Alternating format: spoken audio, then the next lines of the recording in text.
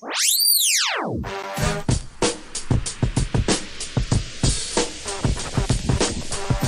time for the shop report with Barbershop Jay.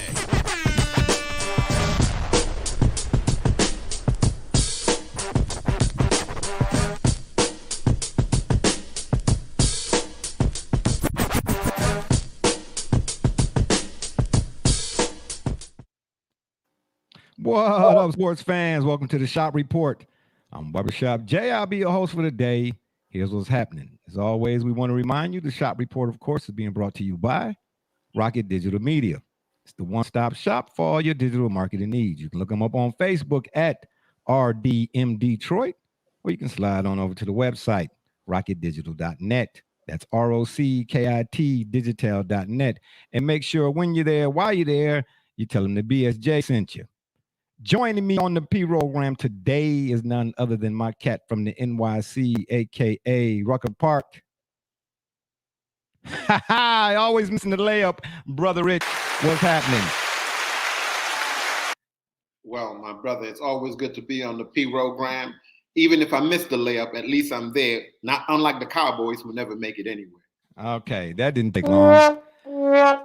All right. I see what kind of show this is going to be. And on the other side of the ledger, we got my man from up north, Joy James, a.k.a. Double J. Tell the people what you say. Well, that's the Outlaw. The who happened? The Outlaw. Oh, wow. Okay. Yep. That didn't take long either. And you know what's interesting to me is you all come on and say these eloquent. You're so eloquent in your soliloquies. Excuse me. Oh, here we go. Stephen A. Not. But then, in other words, you give credit at the begin, and then not even 2 minutes into the show, you just discredit. What the heck is going on here? I wish y'all would make up my mind. But anywho, without further ado, before we get to our gridiron games of NFL, or should I say the NFL gridiron games of week 3, I don't know how, if you say tomato, I say tomato. Okay, all right, gotcha. I wanted to share with my viewers and my co-host here, my esteemed co-host, until they start with the Dallas shenanigans. Yeah. A little something that off camera, you, Double J, Brother Rich, and myself, of course, we share a thread prior to coming on the P program. Okay, we talk about various things, whether it's politics, social issues, and primarily, of course, sports. You know what I mean? And we don't get to share everything that we have that we're sharing in the thread with our viewers, but Double J and I, or should I say, thanks to Double J, my esteemed co-host, or one of my esteemed co-hosts, or in this case, depending on who you ask, are my cohort, and I were going back and forth about NFL running backs, in particular, Derrick Henry, he mentioned, and I mentioned Jim Brown. And after the exchange of sorts, Double J's assertion prompted me to go back in my archives, my book archives, and look up Jim Brown's autobiography. Because even though the book was written many, many years ago, there are things that he said in the book that are relative to today. And again, I want to give my cat, Double J, my co-host, a shout out. Because it's not often that Barbershop Jay gets homework. And he did. He was given some homework. So I go through my books, and I had to dust this sucker off. That's how long it's been since I was, last on it. Unfortunately, I will admit that. But can I interrupt? Yes, go ahead. On a pass, you guys. I got 2 points. All right. Okay, my God. Oh my gosh. Oh yes. If you're not familiar with Double J, he's playing fantasy football as he's doing the show. He's multitasking right now. Okay, so yeah, shout out to my man for over there multitasking. Whoa. The thing said, hang on a second. This dude had 8. Oh no, they're hosing me on like decimal points here. Oh my gosh. It's like I paid a tax or something. Oh, absolutely. It should have been a tie. Absolutely, especially if it's FanDuel. The house always wins. Okay, all right, yeah, got you. But anywho, so I find this book. Let me show you all. Here's our recommended reading. Actually, I'm going to try to implement this a little bit more. Yeah. Here's our recommended reading. Excuse me, if you all can see that my light is a little too bright here. This is Jim Brown's autobiography. It's called Yes, the great Jim Brown. Absolutely. It's called Out of Bounds. So as I'm going through this stuff, doing my homework assignment here, I find a few things in it that I wanted to share with you all today. So if you can bear with me, I want you to keep an open mind. I'm going to read a few pages on a few particular points that I found in the book. And the reason being, there's been a lot going on in the sports world today, in particular media.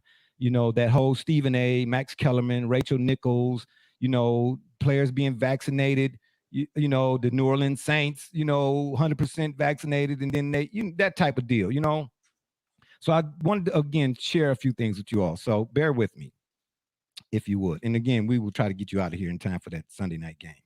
This first one, and the name of this chapter in particular is called Fame in Context. The first one I wanted to point out or discuss was what Brown says about how the press/media paint perceptions. Bear with me. If ever I met Bobby Knight, my friend Bill Russell told me, of course, the great Bill Russell of the Celtics, I would like him. Though it's uncanny how often Russ and I agree on people, I thought this time we might have to agree to disagree. I thought Knight would be arrogant and intolerant. Eventually, I met Bobby at a function. He was gentle and thoughtful and considerate. I liked him very much. I realized I'd sold the man short from items I'd read, pay attention to that, from watching him a couple hours on the Saturday too, pay attention to that too, reminding myself that isn't fair or intelligent. Interesting. Sometimes imagery hides what's inside. I'm famous or infamous about 19 different ways. My close friends read stories about me. Can't believe it's the same person. Same thing happens to me. I'll read a story. The writer is positive he's got me down cold, and I can barely recognize the man he's discussing. It's an odd feeling that you really have to experience to fully appreciate. A fact of life when dealing with the press is that it will tell people what it wants to, what it has time to, and leave the rest out. Interesting. As a result, often the reporting is vastly oversimplified. You're either Jack Armstrong or Jack the Ripper. I don't think it's a good practice, but I accept it because there's not a bleep bleep thing I can do about it. And I laugh when I hear people say they're declaring war on the press. They may as well declare war on the IRS or the phone company. Now, he says, I have excellent interviews and moronic ones.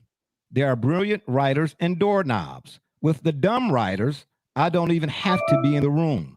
They're not listening anyway. They come in the door, start telling me all about me, though they've never been around me. Didn't call anyone who knows me. But they have perused the clips, highlights, many of which were written by other guys who scanned the clips. Oh, imagine that. Now, if I say anything that doesn't jibe with their preconceived notions, the head flips on the automatic nod, the eyes go vacant. They don't want me to be a three-dimensional person. It messes up their two-dimensional angle, and then they have to do more work. Brother Rich, your thoughts on that particular section I just read? Well, I as soon as you're talking about it, I'm thinking about Jim Brown's unique life. Star football player, experiences what it's like to experience the sports press, and then goes into Hollywood and becomes a star on that level, and then experiences what it's like with life behind the camera, in front of the camera in that way. And he's coming along at a time of racial segregation, integration, absolutely, riots. So he's seeing America develop and evolve, and he sees the power of the press to paint leaders of that day in particular lights. He's coming along at a time with Kareem Abdul-Jabbar. He's coming along at a time with Muhammad Ali. He's coming along at a time with Bill Russell in Boston. And he himself is having his own experiences. He knows Malcolm X. So he has a 360 degrees view of what we're talking about. So we should pay very, very particular attention to what he says and what you're talking about as you relate it to what we're watching today, which is a circus on television of who can scream the loudest, saying the most nonsense. And I'm Thank not you. bragging. We talk more truth on this little program Absolutely. than they do on all of those programs with all that sponsorship. And we can stand on that. Absolutely. And Absolutely. gentlemen, that we give the fans more honesty than you can find on any one of those shows. Yeah, because with all due respect to anybody in this industry, whether it's from the park all the way to the parquet and all points in between, that whole deal with Stephen A. and Michael Irvin, that's a train wreck. I don't care. Remember, I gotta say this on this program. Here's the thing. Ahead. You know something? My social media platform, interestingly enough, I gotta tell you, is Twitter.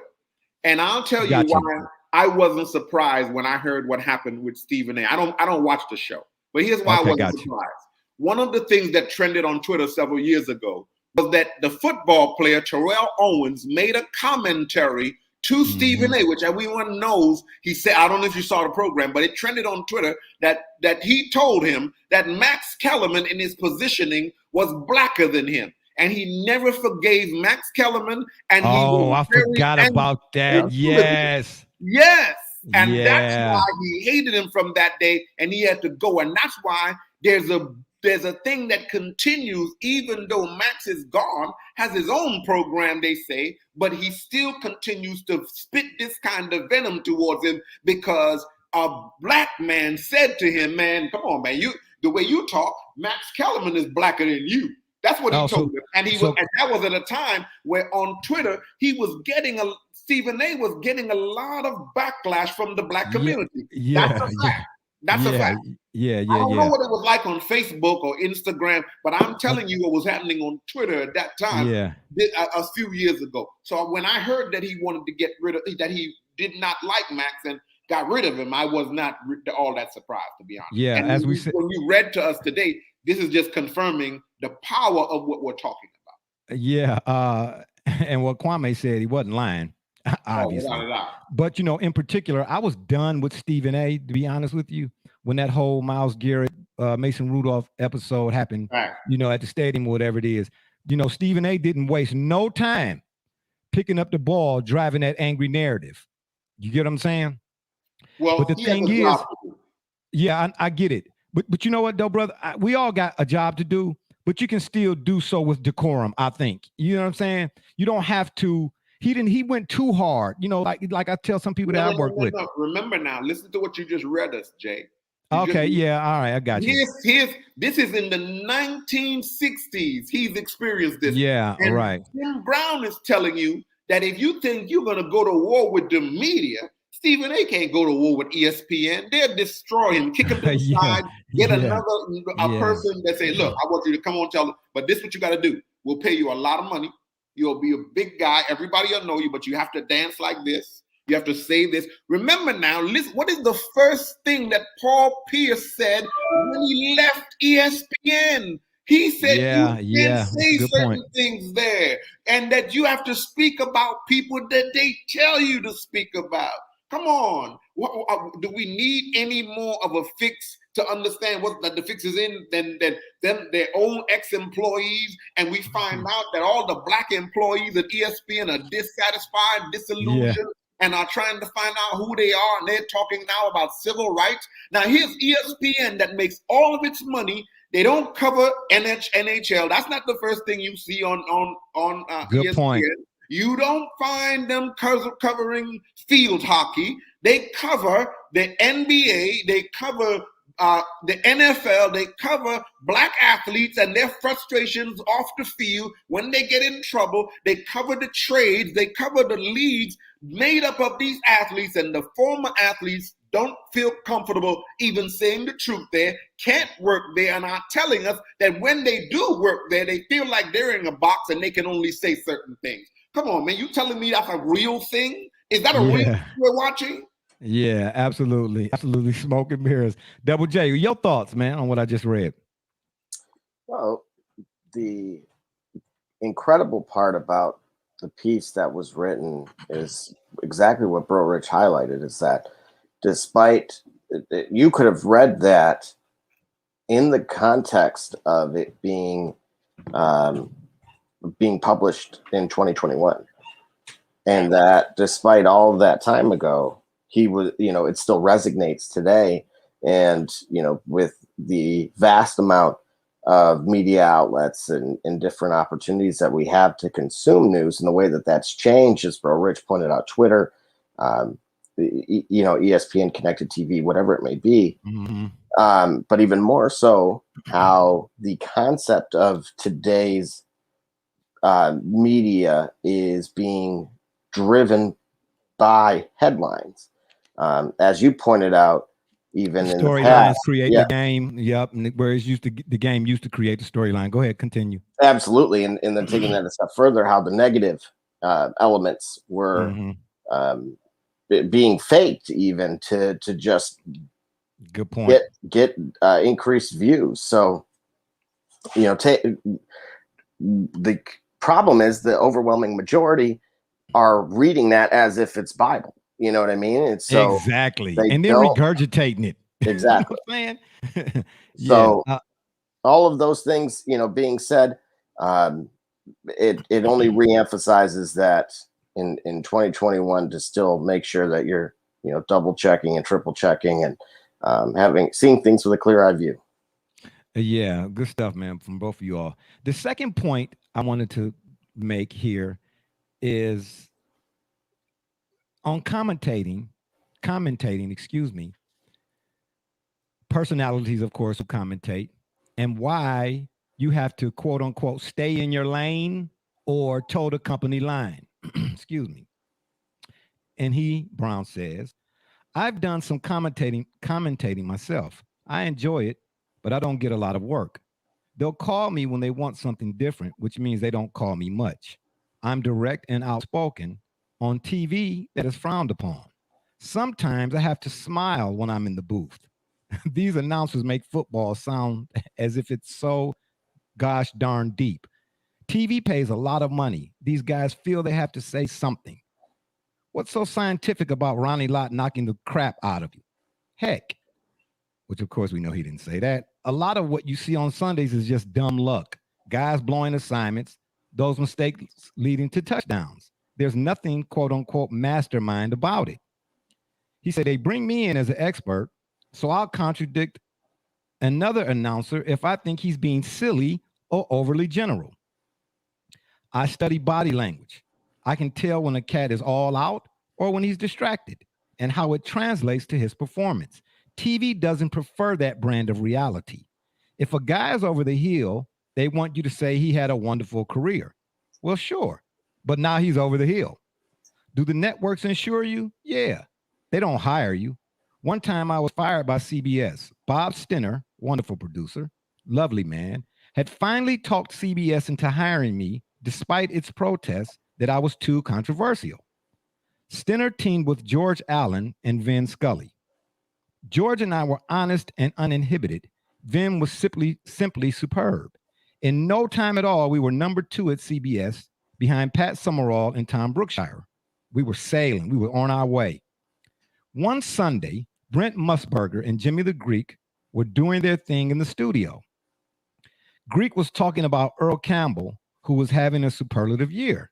The Greek said, Earl Campbell is the best of all time. Earl had played maybe 3 years at that time. Musburger seized the opportunity. He said, Greek, do you really think Earl's the best ever? Even better than Jim Brown? Greek said, no doubt about it. He's better than Jim Brown, the best of all time. Jim says, that was fair enough. The Greek is entitled to his premature opinion.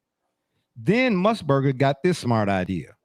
Next week, I'd open the show right at the top, and Brent would ask me what I thought about Greek's statement. Stinner then told me about Brent's plan and asked me what I was going to say. I told Bob I'd think of something. Then he says, I started thinking, it's okay for Greek and Brent to say that stuff, but why bring it to me? So I can say something that will piss everybody off, make Earl Campbell feel bad when Earl and I are perfectly cool. They bring that junk to me, they're going to have to deal with my answer, and I will put something on their butts. Lights, camera, Brent. He said, well, Jim, you heard Jimmy the Greek say Earl Campbell's the best runner in the history of the NFL. What do you have to say about that? Give or take a few words, I said. Must, Musburger. America's a great country. I should be up here talking about Earl Campbell, but now I have to talk about Jimmy the Greek. Okay. Earl Campbell is a graduate of the University of Texas, known for greatness on the field and goodness off of it. Might have had the most productive rookie season in history. Whether or not he'll become the number 2 rusher in NFL history, only O.J. Simpson will say. Now you want me to talk about Jimmy the Greek, graduate from the University of Caesar's Palace, known for gossip and gambling. Whether or not he'll go down in history, only Mr. Rozelle and the networks can say. Because it's interesting, Brent. Mr. Rozelle and the networks have told all of us who work in the NFL that at no time should we ever associate with known gamblers. Evidently, Mr. Rozelle and the people at the networks are not men of their word. Back to you, Brent. Then he said, boy, those mothers didn't know what to say to that. Brent, I know it's astounding. Went totally silent. The studio was quieter than that. Now, how was that for live TV? Oh, and by the way, he said my butt was finished at CBS. Double J, what are your thoughts on that? Well, again, it's a setup. Brent Musburger, love him or hate him.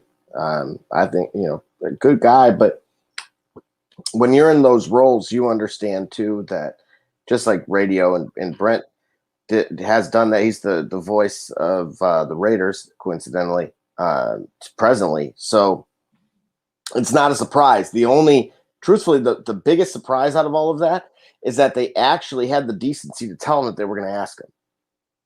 Because a lot of times now, especially as we just covered in the previous question, they intentionally blindside players. And again, it's to pin that narrative of you versus them and essentially defending your own legacy versus appreciating greatness. And we see that happen almost daily, and you can just about pick the sport on a wheel. Mm-hmm. Oh, you were done? Oh, wow. I thought you were going to do one of my numbers. I'm sour. I'm sour. Oh, yeah, that fantasy is getting to you. Yeah, it's all good. Brother Rich, all right. So, yeah, Double J is not happy at all. He is not happy a camper. Well, you should be excited that the Browns won today. We'll get to that in a moment when we discuss our gridiron games. But, Brother Rich, your thoughts on what Brown said? What can we add to that is what we said earlier. It's a business, and that's what he said. He knew he was going to lose his job. The minute he keeps real, he keeps it to himself, keeps real, and he doesn't play according to the script. He told them, "I'm gonna put something on them when they go. They think I'm getting ready to play the role they want me to play because he knew this is what they'll do. They go write a script for you and say, we want you to play this role. This is why we said Stephen A. God bless him. He's playing a role. He's auditioned." Right. He's willing to play this role.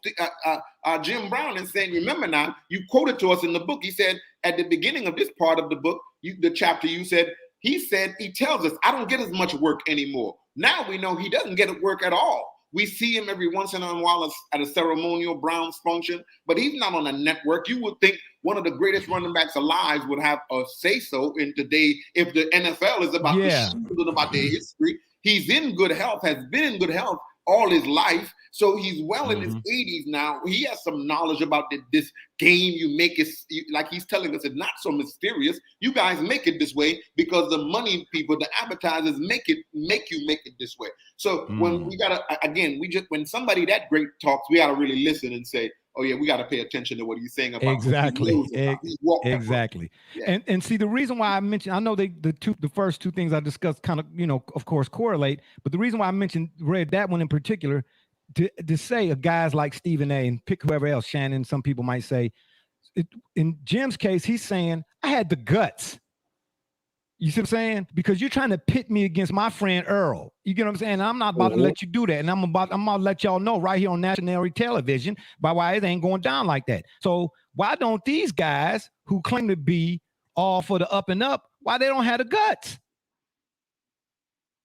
You understand what I'm saying? Absolute facts. Why you don't have the guts? But again, they're not allowed to have the guts. They told us we're not allowed to have the guts. Okay. Even remember now, Jay, these are people who, even when they speak about things that matter, that are close to their own heart, When they speak about Black Lives Matter, they have to do it according to a script. And then we found out that even though they were doing it according to a script, the majority of their white co-workers resented them doing it and resented the fact that they thought that ESPN had turned into some kind of workplace because people were only saying the lives of the people on the field when they get out of those uniforms and get in their cars. Those men, their lives matter. That's all what the people were trying to say. But even to say that was too much for ESPN. Man, come on, ESPN should go away like the rest of this world that's going away because it's going away like the rest of the world. Oh, absolutely. Oh, you all did yourself some justice on that no, one. No, don't include me in that. That was all Bro Rich. I'll give that one to him. Michigan, okay. I'm picking up from him over there. I thought it was shared ideologies, but okay, all right. You okay? Well, you brought the question and you laid it before me. You're the one that formulated the show and bringing up all of this. Yeah. Oh, okay. So, all right. So I'll give all of us a button in that case. But I know right now the good buttons are it's 4-2 over the bad button, so we can't have that. You know what I'm saying? We got to get back to some of this. All right. Yes. When is the last time ESPN picked the right NBA champion, Super Bowl champion? They have so-called experts on that show, from Stephen A. to this one to that one, and pretty much everything. Like Mel Kiper? Mel Kiper. Like Mel Kiper. And these people called it wrong. And Mel Kiper tells us every year. The worst.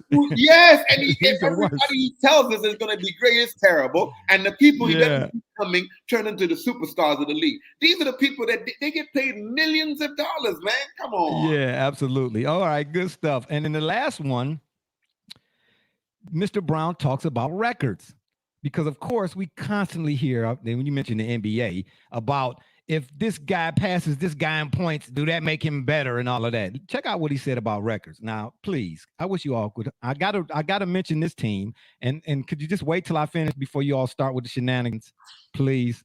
Just go for it, Mr. Brown. We know you have to find a I know. Yeah. Come on. Come on, you can't. He said, yeah. Go on. He says, when I was still playing, we once had a road game against the Dallas Cowboys. Well, my bad. Hold on. This last one, of course, is about. Did I say on records? Okay, yeah, got you. We once had a road game against the Dallas Cowboys at Texas Stadium. He said, I had a football headache from the Texas sun, and I was irritable and tired. Late in the game, I took the ball and broke into the secondary. He said, runners like myself, the Juice, Gale Sayers, when we'd hit the secondaries, our computers, would turn on and they would say, if I accelerate. In other words, he's thinking to himself, if I accelerate, bear with me 1 second here. We got the Doc. Okay, my bad. We got a comment here, Doc. All right, what's up, Doc? Shout out to my man, Doc, leaving us a comment. You know what I'm saying? Actually, that's my fault. I forgot to mention that. I'll give myself a button. Early on in the program, to let our viewers know if they'd like to chime in while we're live here, they could do so by leaving a comment. That's my fault. Shout out to Barbershop Jay for getting it wrong. But anywho. While you're talking about the Cowboys, we're not surprised. Go ahead. All right. Okay. So now the bad buttons have surpassed the good buttons. I knew you all were not going to let me down. But anywho, in other words, he's saying, guys like himself and Gale Sayers, and they saying to themselves, on a run now, if I accelerate, he can't get me. That guy racing at me, too zealous. I'll slow, cut under. My blocker will shield that final safety. Flash. We'd know what our route to the goal line was. On this particular run, there was one cowboy left. Don Bishop, Double J's favorite player. I saw his position relative to me and the goal line. I knew he couldn't stop me, and I was weak. So I actually slowed down, stuck out my straight arm, and just held it there, toying with him on into the end zone. I relaxed. Bishop didn't. He was so ticked that I took him lightly. He grabbed my arm, slung me right up against the wall. He said, woo, I was startled. Sitting against this wall like a little kid. He said, John Wooten and a couple of my linemen rushed up, and they were all excited. Hey, man, you tied your own record. Let's break it. He said, it seemed at the time I had a couple hundred yards and some change, had a chance to break the NFL single game record, which I still owned. I said, man, I don't want no record. I'm tired. We already got the game. Let's get out of this hot place. In a nutshell, that was my attitude towards records my entire career. First, there were no records to break except my own. Either way, I didn't care. What mattered to me was my performance and the Cleveland Browns winning. If I wanted numbers, I did not have quit when I did. When I retired, people asked me about my rushing record, how I felt about Walter Payton, breaking it at that time. I said a lot of nice things about Walter, and I meant them. I like Walter. I also said Walter's record would not be the same one I had. And here's the sticking point. Any ball player knows that when you go from 12 games to 14 games to 16, the equation is thrown entirely off. It's like giving one guy 3 strikes in baseball and another guy 4. Give me those extra strikes and then watch what I can do. Yes, they did. Absolutely. They did give him the extra strikes. Absolutely. Thank you, Jim Brown. No. No. I'm going to come to you. Settle down, Kemosabe. Slow it on down. This is Jay's turn. I have been saying this for eons. I don't even debate people anymore who want to make comparisons. And I'm not talking about you, Double J. When you say something, we go back and forth, but it makes sense. So I will spend the time going back and forth. There are people who make these outlandish comparisons. And I'm saying you cannot compare a guy or say a guy is better than a guy when the guy you're saying is better had more opportunities at it. You can't do that. And then try to listen. Let me say this to you. And I'm not picking on your boy Brian, bro, Rich. I'm not. But I'm going to use him as an example. People say to a man, LeBron, ... the GOAT. And in that ... or fill in the blank, you would say what? Is, right? Nick Wright. But then turn around and will say, this, of course, in that comparison thing with Jordan, take Mike's 6, but if you take Mike's 6 rings away, Bron would be greater because he got more numbers. I said, well, how is a what if, a what is, how can it be based on a what if? I don't understand that. If you're telling me something is, then what it based on also must be. No, Brother Rich, help me out here.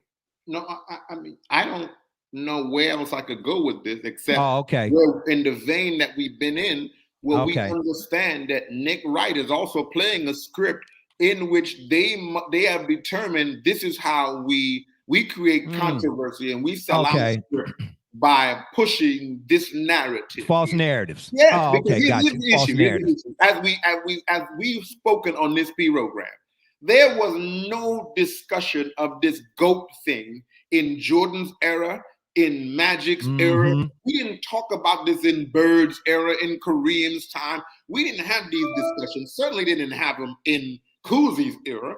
What we began to talk about now is a delineation between what we did talk about was players who won titles. We talked about rings. But this GOAT conversation, this GOAT narrative, even Jordan himself said we can't have a GOAT narrative if we're being honest. Thank you. All of the GOATs have themselves said that we can't have a GOAT narrative because I didn't play against this era of players. Thank you. Okay. You can't have a GOAT narrative that does not at some point in time, if we're truly discussing GOATs in basketball, does not bring in the conversation Magic Johnson, does not consider Kareem Abdul-Jabbar. Certainly you have to consider Jordan. Am I saying that Kobe's in there? Yes, I'm a Kobe fan. I raise my hand for Kobe. Yes, we'll have to put LeBron's work in there. But in truth, there's some young players coming up. We're going to have to start discussing them in the era that's coming towards them. If the Golden State Warriors retool and Steph Curry wins 2 or 3 more, then we begin to talk about his career. What him and then Thompson are able to do. What happens in Brooklyn if KD stays healthy and that crew blends together? We definitely got to start talking about KD. And let's not take our eyes off the other team that out in California. Oh, boy. Okay. Well, the bad buttons are now. A lot of buttons. Let's not forget that. Yeah, the not so good buttons. If Kawhi wins a few more rings, we got to talk about what Kawhi brings to a team. That's what let's not forget that. And let us remind our viewers, it's not so much this particular program shop episode is about basketball. We're just trying to make the parallel. No, this is about football, in general. Yes, sports in general. Yeah. Double J, you seem to have some sort of issue with what the oh no, it was an issue. Okay, I'm just I'm presuming here. What say you about this last thing I read about Mr. Brown?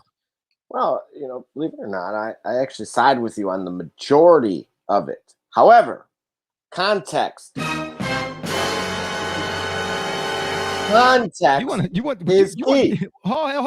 to say that again so that the people out there that's watching us, and shout out to the people out there, all 12 of y'all that's checking us out right now. We appreciate y'all. We're gonna get you out of here in time to watch that Sunday night game. Would you let's say that again so the people out there can know that you just agree with Barbershop Jay? Did you do that? Well, sure. Oh, just again, the general premise of where you were going with that. However, okay. As you just, went astray there, because as you just saw, Bro Rich included everyone. Did you just call me Jimmy Ashtray? Oh, okay, I got you. Everybody ended up in that conversation. You see, you give an inch, you get a mile. And so in this context here, between Mr. Brown and Hungry Henry, as you just alluded to, 12 games, 14 games, 17 games, whatever it may be, just like in the Today BA, just for context here, the game itself has changed, which is why it's not generally a fair comparison when going apples to apples. Okay. Because again, there's some substantial differences in, for example, defense, in which is not being played then versus now. So without really wasting much more energy on that beating a dead horse conversation, or a rented mule, as long as it was paid for. Oh, got you. Okay. Anyway, so you're already late, by the way. But nevertheless, the position of running back has evolved. At one point in time, we talked about how the death of the fullback took place from Jim Brown's era. And really before that, Jim Brown was Derrick Henry's size back in the 60s. Correct. You know what I'm saying? And he was a 5-star athlete too. He played. Look, he was I think a track, lacrosse. I can't even mention all the sports that he played and was excelled at all of them. Sure. And again, that's not by no means am I discrediting him here. Oh, okay. The difference is Henry can play in that era as well.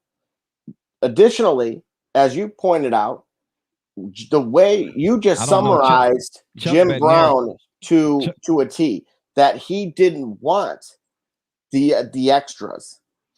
But if you look at the amount of carries he had, it is on par. It's actually more. It's actually more than Henry. So there's nothing more that would have motivated Jim Brown than in terms of this comparison. And on top of that, Henry's sharing time because that's irrelevant. It's usually a third down back, a pass catching. Yeah, right. Okay. And so even though you may not see them on, statistically looking like they're eating into his timeshare, it's the fact of the matter is he is sharing time. And as you alluded to, there were other guys then, but still statistically, the way it's adding up, extra games or not, they're about dead even. And right now you're talking about 0.3 in terms of an average that separates the two. Currently, and Henry's still got some time here as long as he remains healthy, but he already leads statistically in 200 yards and in 2 touchdown games. So it's just he's got 4 more to tie Jim Brown. And again, I don't believe he goes out there attempting to do that either. I think, philosophically, they're both very much wired the same way. Especially if you look at how Tennessee's performing this particular year, he really could, if he was an egomaniac, he could demand the ball more. But you're just not seeing it. Yeah, I don't know with Vrabel if he was to do that, that would even be Brave will even go for that, really. But it was good stuff. I appreciate it. You know what I mean? Like I said, Dog Pound Brown has spoken. Yeah, absolutely. Speaking of running back, and for good measure, stop it. the next split is here. You hear that? You hear that, right? Time to move on to our Gridiron Games of week 3. All right. Me in particular, I know my co-hosts are going to be happy about this. The one game, well, actually it was 2 games that kind of jumped off the charts, the early games to me. The Browns beat the Bears. Yes. Oh my God. Cut it out. Oh my God. Really? You got they giving out those cups at McDonald's now again. Oh my God. You can act all happy, Jay, but you still ain't coming to the parade. Check that. I don't want to. It's not enough room in the car for me. You, Double J, and Stephen A. Riding shotgun. The Browns beat the Bears decisively, I might add, 26-6. And I'm got to tell you, that defense, shout out to the defense, they looked a whole lot better today. I did at one point was kind of concerned that, Justin Fields, the talent that he is, that he might get away from him a time or two with his legs or whatnot, and even to throw a pass or two down, if that type of deal. But they really, really kept. I'm surprised to see them. I'm not gonna say surprised. I had never seen a Browns defense keep a guy of that caliber, rookie or otherwise, in check like they did all day. 9 sacks. Hey, you know what? I'll tell you this. Seems to me like somebody on that Brown staff reminded the defense today that about what Phil said earlier on in the beginning of the season or whatever, or before the season or in preseason, about how playing in the NFL is easy. Yeah, so he shouldn't have done that. The Browns were like, oh, really? Welcome to the NFL, rookie. Brother Rich, what say you about your Cleveland Browns' decisive victory over the Chicago Bears?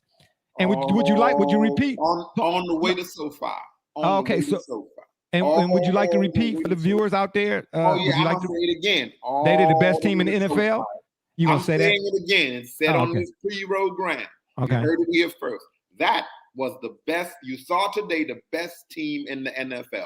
The defense, as you can check our thread that you spoke about earlier, check our thread. We said that today was the day for the defense to arrive. They arrived on center stage today. All right. And the offense is balanced enough. We have enough weapons that this team is the best team in the NFL pound for pound.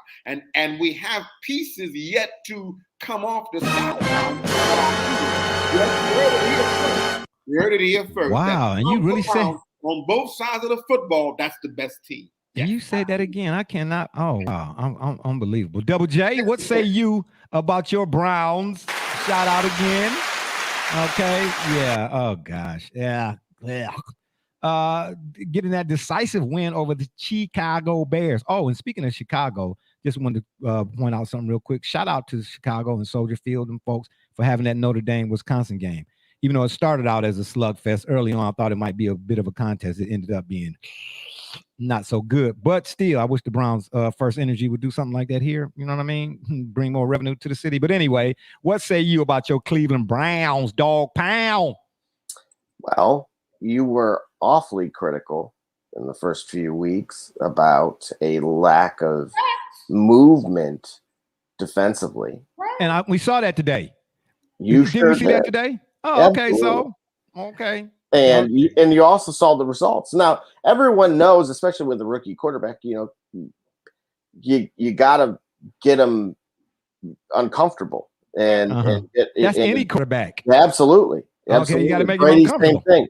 So I hope this serves as a blueprint that they are capable of doing that while maintaining pressure or consistency in the secondary.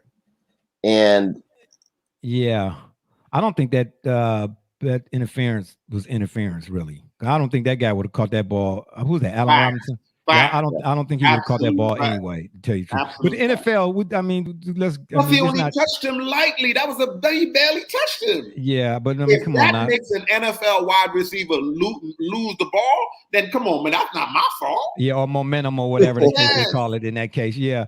And then but it just seemed to be commonplace amongst the NFL now, amongst refereeing. Period. We talk in baseball about Angel Hernandez. We already know his exploits or whatnot, and we know the NBA how they ref. We mentioned Tim Donaghy 1,000 times, but in that same game, they threw a flag. The ref was standing right there and threw a flag when the guy smacked Baker Mayfield in the face.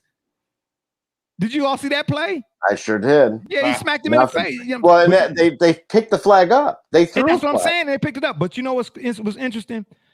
I don't know. I'm just pay attention to something that's going on here, man, because this is not the first time that Baker in particular has been involved in some controversial call or whatever, or non-call.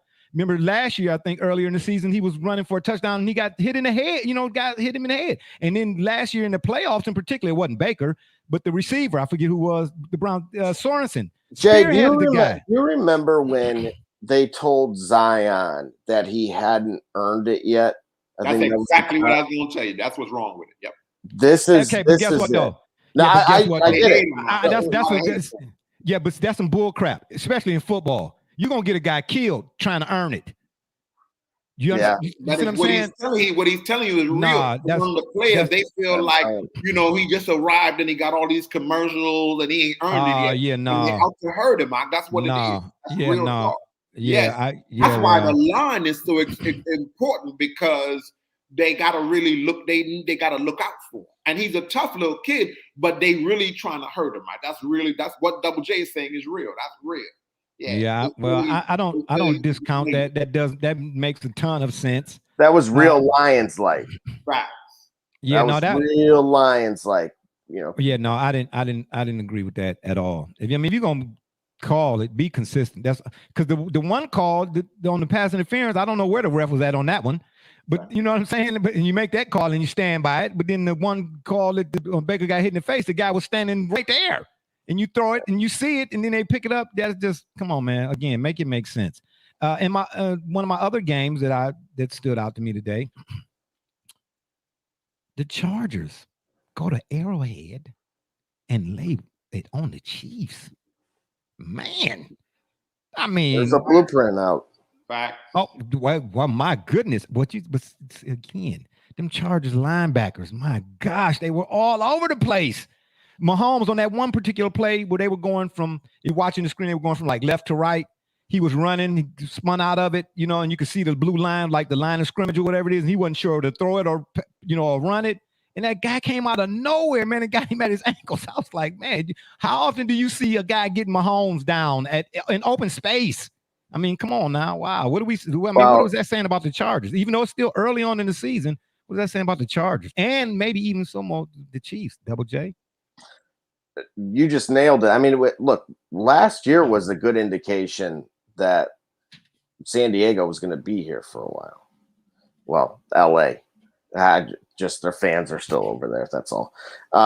And so, yeah, right. But nevertheless, I thought most importantly, despite I'll let Bro Rich cover all the other points. The biggest takeaway: Andy Reid going to the hospital. After I didn't see that part. What? Sure, well, I didn't get to see the whole game. Really? Oh, man. And then, especially on the heels of not to drudge up old stuff or whatever, but what happened with his son, last year and all of that kind of stuff, whatever it is, man, that's just, and this ain't nothing against him in particular. I like Andy Reid. I mean, I don't know him, of course, but, from the outside looking in, he seems like a pretty, laid back, pretty good person or whatever it is. So he just, it's unfortunate, man. It seems to be falling by a whole lot of, I don't even know, tragedy, I guess. You know what I mean? Yeah, just our prayers go out to him. I hope everything's okay. Absolutely. Yeah, because even in the Browns game, we had a couple sideline reps, folks with the zebras on. They went down. The Browns was hitting everybody today. Yeah. Shout out to the defense. You know what I'm saying? Well, good. Maybe they'll make the right calls then. Subliminal messaging. Yeah, hey, like I said, man. Once you show it to me once, I gotta keep seeing it. You know what I'm saying? I just do. I gotta keep seeing it. And then one of my other games that I want to say this before we move on. From my bad, brother. Go ahead. My bad. I want to remind us of this. You heard it here first again. The Browns are the best team in the league, and Kansas City is not as good as they were last year. They're not as okay. good. That may be true, but They're wait, you not said as good as they were last year. But the team don't have to be. But if they got Jordan, how great? No, football is a team sport. Oh, okay. Oh, okay. All right. He's still Jordan, but he's if he's not surrounded by the Jordaires, if it's a year where he doesn't have the Jordaires with him, then understand what's going on. Yeah. Okay, you know that was smooth how you got up out of that one. I like that. You know what I'm saying? That was smooth move. I'm giving you a button on that one. You know what I'm saying? Yeah, you cleaned that up real good, like Dre be doing at the barbershop. As you all can see, I ain't went lately, but I will be on Tuesday. Yeah, like Dre be doing at the barbershop. Yeah, you know what I'm saying? That's why they call him a stylist. Yeah, and then one other game, we asked during our divisional preview early on of course, before the season start, who in the AFC North was the biggest threat to your Browns? Is it now the Bengals? They went down the Heinz catch-up field, and the Steelers couldn't catch up. Brother Rich, what happened? But again, check the tape on this program. We told you that the Steelers were finished. We told you that it was over for the Steelers, that the Steelers were overrated, that they were not going to be anything other than a team that shows up with some grit and grind they're going to back their brand. But as a team that potentially can win anything, we said they was finished. Check this program. Check the tape. Okay. All right. I'll give you the button. You lose. You get one of them too, just because. Yeah, but no, you all did. Yeah, unbelievable. Stop stealing my lines. Will you stop stealing my lines? And then my bonus game, it wasn't complete. So that's what I'm calling it, my bonus game. You see Doc's Oh, you wanted your turn? Oh, sorry. No. The comments. Oh, what were the comments? Oh, my bad. Oh, thank you. Thank you for pointing that out there. As you know, my wait a minute. Doc is saying something again. What is he said? Well, what's Doc saying here? No, do not be fooled by one game. It's the Steelers. The Bengals are still the team they were last year. Wow, Doc. No, they mopped them up. Deontay Johnson, it was not as critical to the Steelers as T. Higgins is to the Bengals. And Jamar Chase, shout out to Jamar Chase too. Yeah, balled out. Yeah, because he had some issues early on about catching the football, like in training camp and preseason and such. And people were, overlooking the fact that the Steelers are led by a 95-year-old immobile quarterback who can barely throw the ball anymore. Are we forgetting this? Yeah, if we were remixing it would be sluggish, ruggish bone. That would be Ben Roethlisberger. That Cincinnati is led by a young, up-and-coming potential superstar. Are we forgetting what was on display today? Are we forgetting? He almost beat him last year. Are we forgetting that they beat him last year? Please.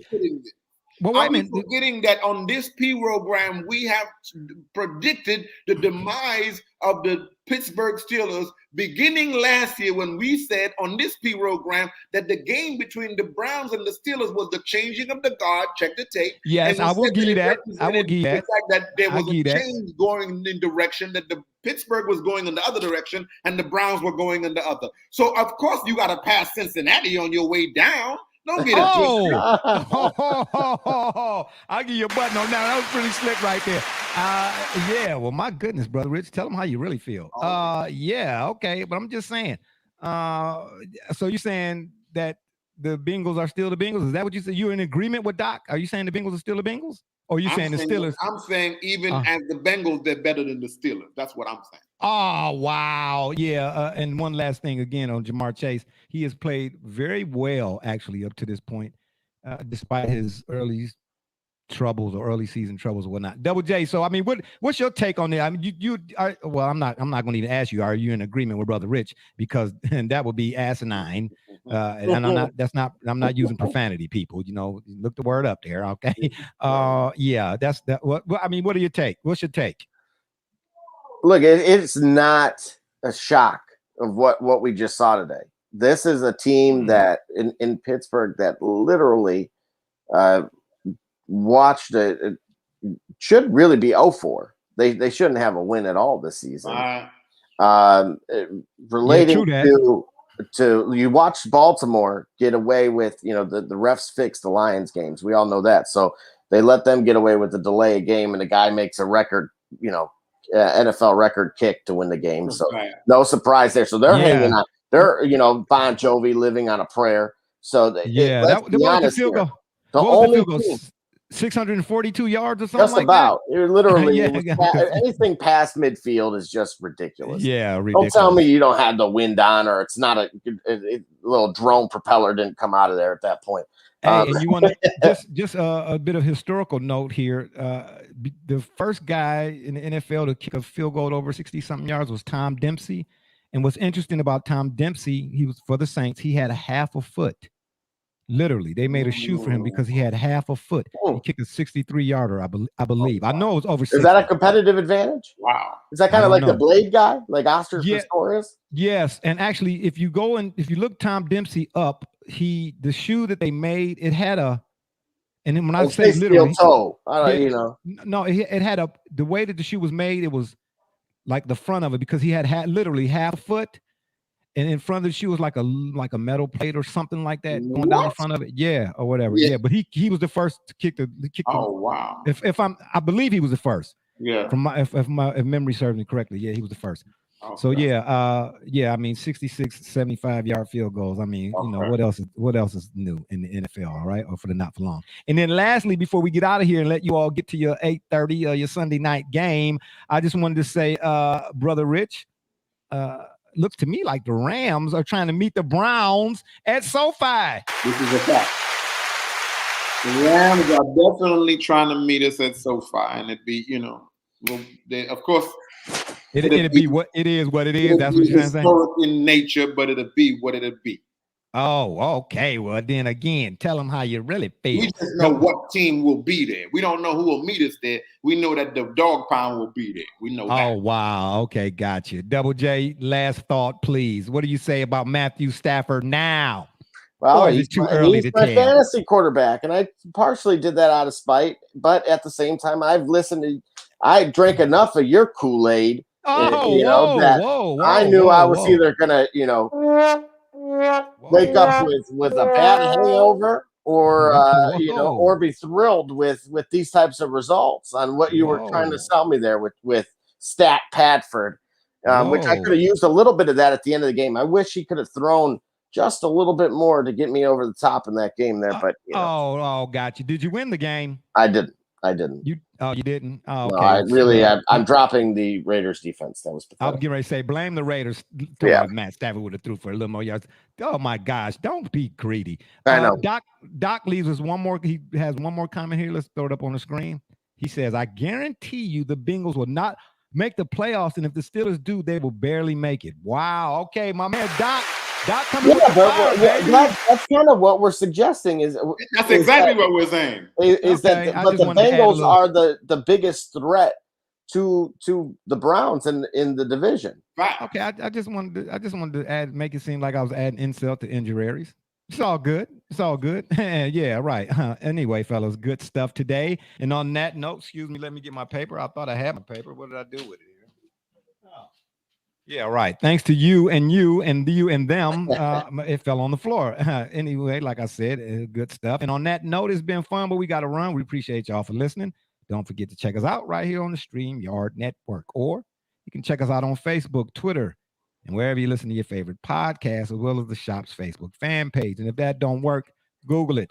For my mans, Be Rich, oh my gosh, Double J, and all those who follow and support us, we say thank you. I'm Barbershop Jay, and you've been listening to the Shop Report. And remember, the next time y'all want to know what's really going on, man, come to the shop. Walk-ins are always welcome. Holla.